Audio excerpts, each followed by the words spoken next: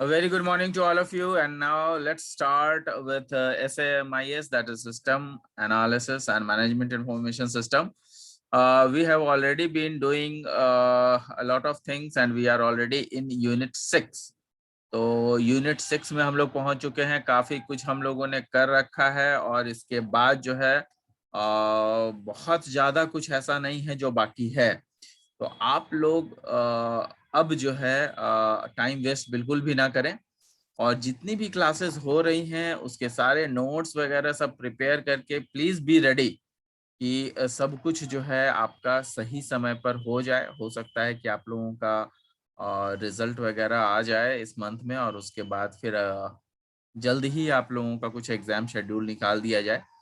तो थोड़ा हम लोगों को भी रेडी होना चाहिए, तो प्लीज बी रेडी। हम लोग जो है थोड़ा सा हम लोग ये करेंगे, अपने आप में थोड़ा सा तेजी लाएंगे और बाकी सारे चीजों को कंप्लीट करेंगे। तो I will be sharing you the screen, let's check it out. Here comes unit 6 जिसमें कि हम लोग जो है सिस्टम डिजाइन एंड मॉडलिंग कर रहे थे, जिसमें कि हम लोगों ने लास्ट क्लास में देखा कि सिस्टम डिजाइन प्रोसेस होता क्या है और सिस्टम डिजाइन प्रोसेस को करने के लिए जो है there are 3 things: interface design, architectural design और डिटेल डिजाइन, जो कि हम लोगों ने लास्ट क्लास में किया है ना। अब जो नया चीज है, जो नया टॉपिक है, वो है physical and logical design. Now what do you mean by physical and logical design? Logical design क्या होता है वो आज हम लोग देखेंगे। Logical design is more conceptual, abstract than the physical design. ध्यान रखिएगा, लॉजिकल डिजाइन की बात हो रही है। लॉजिकल डिजाइन की जब बात होगी तो लॉजिकल जो वर्ड है that will always relate to conceptual. ये हमेशा कॉन्सेप्चुअल को ध्यान में रखेगा। लॉजिकल का मतलब ही है कॉन्सेप्चुअल। तो logical design is more conceptual, abstract than the physical design. Logical design अब आप समझिए कि किस तरीके से बनेगा। आप जब भी कोई प्रोग्रामिंग करते हैं तो there is a logic you put. Example कि आपको अगर एवरेज निकालना है तो आपका लॉजिक क्या होगा कि सबसे पहले एडिशन करना होगा।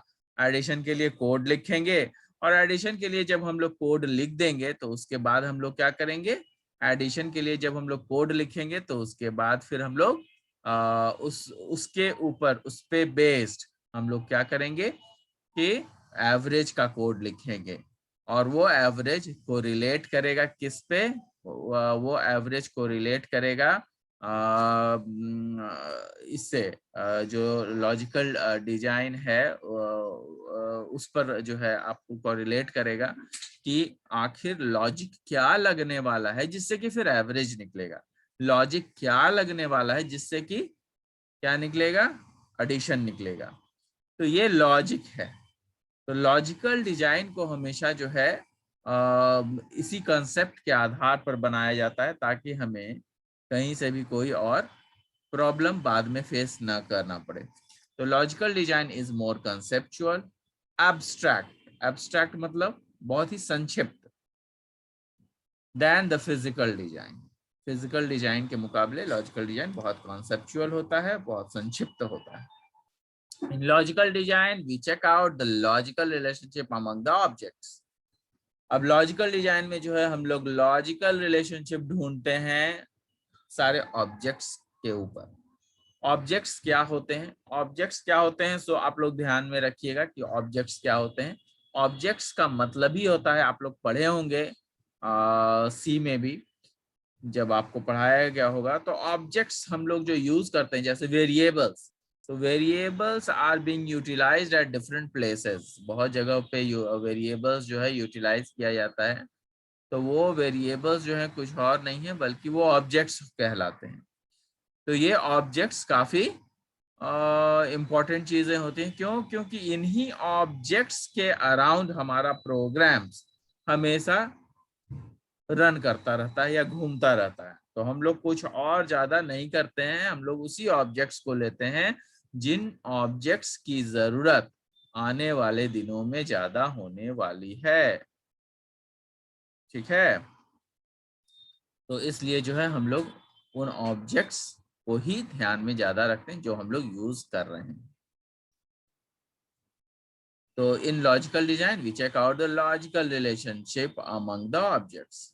With help of logical design, we focus on the information requirements without getting bogged down immediately with the implementation details. अब यहाँ पे देखिए क्या कहता है, इसमें एकदम बातें साफ है कि लॉजिकल डिजाइन की हेल्प से हम लोग इस चीज पे फोकस करते हैं कि जो भी इंफॉर्मेशन रिक्वायरमेंट है, जो भी इंफॉर्मेशन की जरूरतें हैं, वो क्या होगा, वो ऐसा नहीं है कि इंफॉर्मेशन, ऐसा ही कोई इंफॉर्मेशन दिया जाएगा जिसकी आवश्यकता नहीं है और उसको जो है हम लोग फिर भी उसमें डाल रहे हैं। तो ऐसे जितने भी आपके पास जो डेटा है या इंफॉर्मेशन है, उन सब का प्रयोग हम लोग नहीं करते हैं। तो वी फोकस, हम लोग किस पर फोकस करते हैं, we focus on the information requirement without getting backed down immediately. कहने का मतलब कि वो बहुत देर के लिए वो इंफॉर्मेशन जो है, ऐसे इंफॉर्मेशन या ऐसे ऑब्जेक्ट्स का प्रयोग करते हैं जिसमें कि बहुत ज्यादा कहीं भी कोई ऐसा नहीं है कि वो ऑब्जेक्ट्स बाद में यूज ही ना हो रहे हैं।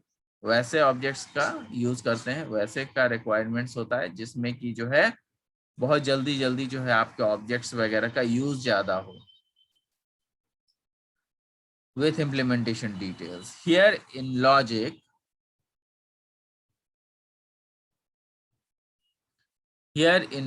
design, we need to translate our requirement into system implementation.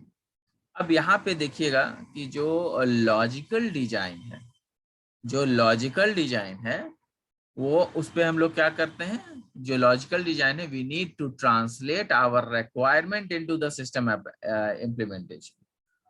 तो लॉजिकल डिजाइन में उन्हीं चीजों को हम लोग इंक्लूड करते हैं जिनकी जरूरतें सबसे ज्यादा है ना, जिनकी जरूरतें सबसे ज्यादा है, और जो जरूरत है हमें, उस जरूरत के अनुसार हम लोग क्या करते हैं, हम लोग अपने रिक्वायरमेंट के अनुसार उन सब ऑब्जेक्ट्स का प्रयोग करते हैं या उन सब ऑब्जेक्ट्स को डालते हैं जिसका कि सॉफ्टवेयर बनाने में या बनने में या काम करने में सबसे ज्यादा सहायक है। तो we need to translate our requirement into system implementation। जो भी हमारे requirement है उसको सॉफ्टवेयर के इम्प्लीमेंटेशन के लिए हम लोग प्रयोग करते हैं, जिसके कारण हमारा सॉफ्टवेयर सटीक और सही बन सके। तो ये लॉजिकल डिजाइन है। हमेशा याद रखिएगा कि जो लॉजिकल डिजाइन होता है उसमें लॉजिक्स पे आधारित होता है, और लॉजिक्स जो है वो हमेशा कंसेप्चुअल होता है। उसमें कहीं कोई हम लोग ऐसे इंफॉर्मेशन को नहीं डालते हैं जिसका कि जरूरत नहीं पड़ने वाला है, और वैसे चीजों को या वैसे ऑब्जेक्ट्स को इसमें हम लोग को रिलेट नहीं कर पाते हैं। नेक्स्ट है आपका फिजिकल डिजाइन। फिजिकल डिजाइन क्या है? Physical design is a most effective way of storing and retrieving objects. अब देखिए फिजिकल डिजाइन क्या होता है कि फिजिकल डिजाइन ऐसा नहीं है कि आपका लॉजिकल डिजाइन ही केवल काम करेगा, नहीं, आपका काम तो दोनों ही करेगा, फिजिकल डिजाइन और लॉजिकल डिजाइन दोनों ही। लेकिन लॉजिकल डिजाइन कॉन्सेप्चुअल आधारित होगा, और जो फिजिकल डिजाइन होगा वो आपका कैरियर्स होंगे, वो आपका स्टोरेज होंगे, डेटा को रिट्रीव कर सकते हैं, वो सब चीजें इसमें होंगी, जिसमें कि डेटा कंटेंट सही से है या नहीं है, किस तरीके से डेटा को रखा गया है, तो कई सारी चीजें इसमें आपको देखने को मिलेंगी। तो यहाँ पर जो है हम लोग फिजिकल डिजाइन में पढ़ेंगे। देखिए physical design is a most effective way of storing and retrieving the objects. Physical design क्या है? तो physical design is the most effective way of storing and retrieving the objects. ध्यान से समझिए, फिजिकल डिजाइन हम लोग इसलिए प्रयोग करते हैं क्योंकि फिजिकल डिजाइन में जो है ये एक बहुत अच्छा तरीका है जिसमें कि हम अपने इंफॉर्मेशन या डेटा को स्टोर कर सकते हैं, उनको रिट्रीव कर सकते हैं और उनको जो है हमें जहां पर डेटा रखा हुआ है उस वहां से उस स्टोरेज से जब चाहे तो हम लोग रीड कर सकते हैं। तो ये चीज जो है फिजिकल डिजाइन में होता है। तो स्टोर करना और रिट्रीव करना ऑब्जेक्ट्स, ये बहुत जरूरी है with the help of database. तो ये कैसे हम लोग कर सकते हैं? ये हम लोग डेटाबेस की मदद से कर सकते हैं, जो कि डेटा वेयर हाउस के रूप में होता है। In this physical design, we define the specific data content. In this physical design, we define the specific data content. कहने का मतलब ये ऐसे फिजिकल डिजाइन में हम लोग क्या डिफाइन करते हैं? जो डेटा स्पेसिफिक है। मतलब जैसे कि आप देखते हैं कि हम लोग सी में जो प्रोग्रामिंग करते हैं उसमें क्या करते हैं? उतने ही वेरिएबल्स लेते हैं जिनकी जरूरत है ना? ए बी सी अगर हमने लिया है और एडिशन हमें करना है तो ए को पहले इनपुट कराएंगे, बी को इनपुट कराएंगे और सी में क्या करेंगे? ए प्लस बी को डाल देंगे।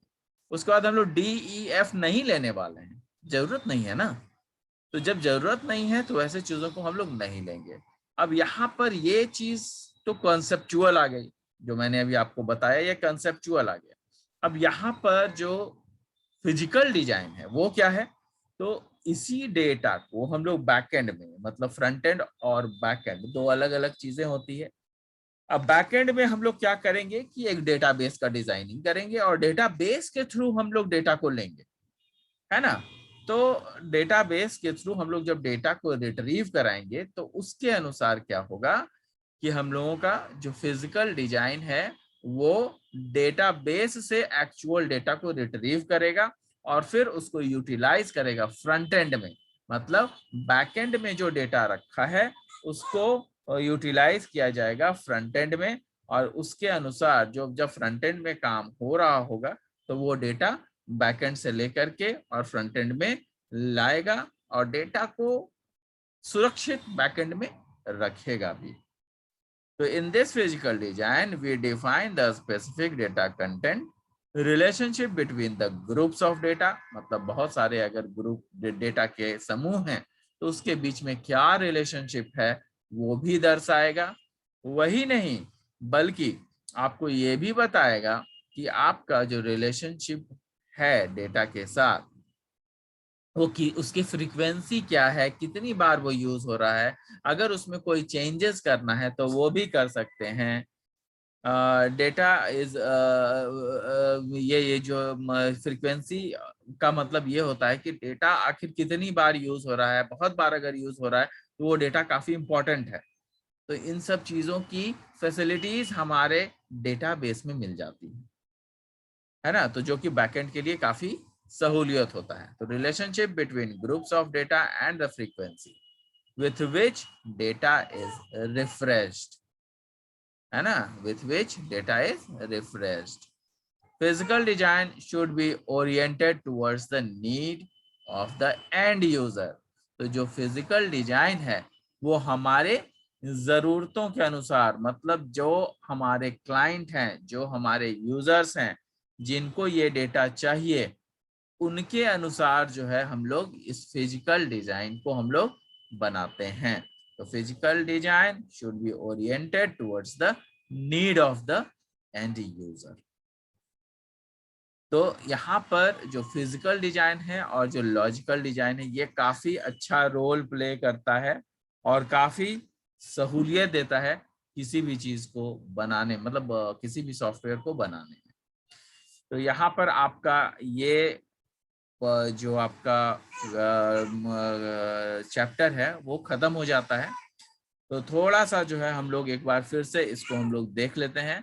सिस्टम डिजाइन एंड मॉडलिंग है। सिस्टम डिजाइन और मॉडलिंग में मैंने आपको ये बताया है कि आप सॉफ्टवेयर को किस तरीके से डिजाइन करते हो, उसके मॉड्यूल को किस तरीके से देखते हो, सॉफ्टवेयर डिजाइनिंग के समय क्या क्या ध्यान में रखते हो, सॉफ्टवेयर डिजाइनिंग प्रोसेस के समय में फिजिकल डिजाइन और लॉजिकल डिजाइन को हमेशा यूज किया जाता है, जिसको कि मैंने अभी अभी एक्सप्लेन किया है। और उसके बाद जो है आगे जो है आपका जो सॉफ्टवेयर डिजाइन है, सॉफ्टवेयर डिजाइन वो डिकम्पोज किया जाता है 3 लेवल में। सॉफ्टवेयर डिजाइन को हम लोग 3 लेवल में करते हैं। सॉफ्टवेयर डिजाइन को क्या करते हैं हम लोग 3 लेवल में, 3 लेवल में जो है हम लोग सॉफ्टवेयर डिजाइन को बांटते हैं, जो कि है इंटरफेस डिजाइन, आर्किटेक्चर डिजाइन और डिटेल डिजाइन। इंटरफेस डिजाइन में हम लोगों ने देखा था ये आपका जो है डिजाइन प्रोसेस ये काफी इंपॉर्टेंट है। इसको हमेशा ध्यान में रखिएगा कि जो है आपका जो डिजाइनिंग है वो वो सबसे सही हो। आपका जो डिजाइनिंग है वो आपका हमेशा बिल्कुल सही रहना चाहिए। ये जब भी आपका सिस्टम डिजाइन पूछा जाए तो ये आपका आर्किटेक्चर, जो डिजाइन प्रोडक्ट का जो आर्किटेक्चर मैंने बताया है, इसको जरूर आप बना देंगे। काफी इंपॉर्टेंट है, कंसेप्चुअल है और बहुत कुछ आपको सिखाता भी है।